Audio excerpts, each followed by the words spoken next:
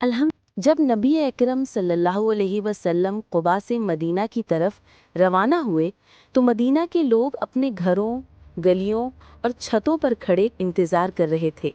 جب آپ صلی اللہ علیہ وسلم کی اونٹنی قصوہ مدینہ میں داخل ہوئی تو ہر زبان پر ایک ہی نعرہ تھا، طلع البدر علینا من ثنیات الوداع، چاند ہم پر طلوع ہو گیا ہے، اے محمد صلی اللہ علیہ وسلم، ہم آپ پر اپنی جان قربان کرنے کو تیار ہیں۔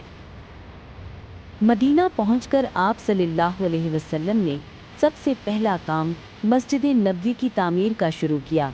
یہ مسجد صرف نماز پڑھنے کی جگہ نہیں تھی، بلکہ اسلام کی تعلیم و تربیت، سیاست، عدل اور مشاورت کا مرکز تھی۔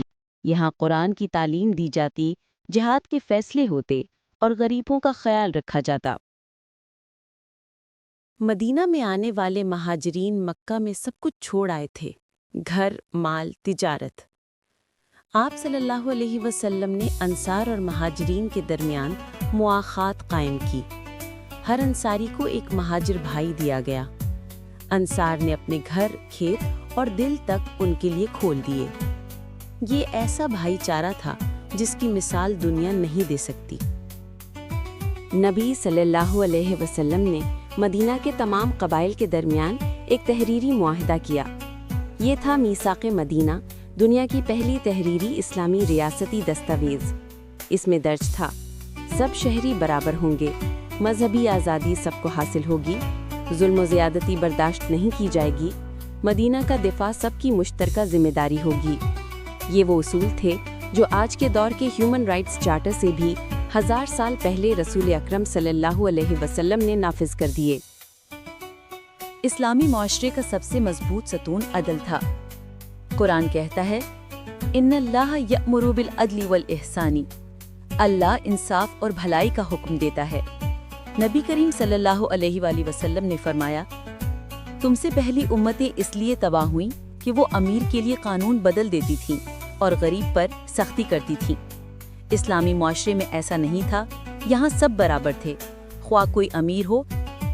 نبی صلی اللہ علیہ وآلہ وسلم نے اسلامی معاشرے میں اخلاقی تربیت کو بنیاد بنایا۔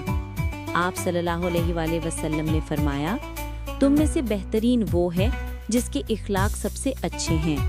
مدینہ میں سچائی، وعدے کی پاسداری، غریبوں کی مدد، یتیموں کی کفالت اور صلہ رحمی عام تھی۔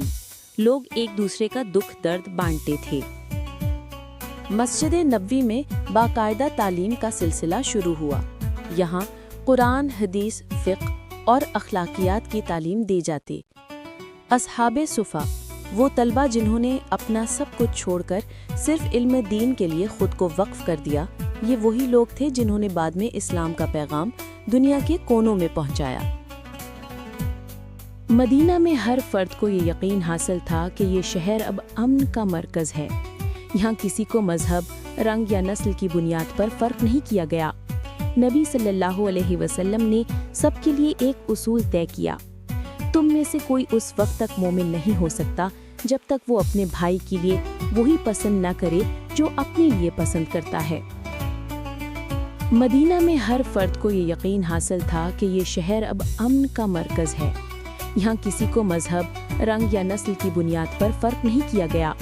نبی صلی اللہ علیہ وسلم نے سب کے لیے ایک اصول طے کیا، تم میں سے کوئی اس وقت تک مومن نہیں ہو سکتا۔ یوں مدینہ منورہ میں ایک ایسا معاشرہ وجود میں آیا جہاں قانون عدل پر، معیشت مساوات پر اور دل محبت پر قائم تھے۔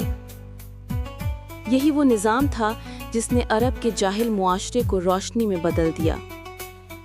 آج اگر ہم چاہتے ہیں کہ ہمارے معاشرے میں بھی امن، انصاف اور بھائی چارہ قائم ہو، تو ہمیں مدینہ کے اس اسلامی معاشرے کی تعلیمات پر عمل کرنا ہوگا۔ اللہ ہمیں نبی صلی اللہ علیہ وسلم کے قائم کردہ اس معاشرے کی جھلک اپنے ملکوں میں دکھا دے، ہمارے دلوں میں ایمان، محبت اور عدل پیدا فرما، اور ہمیں اس امت کا وہ فرد بنا دے جو تیری رضا کے لیے جیتا ہو۔ آمین۔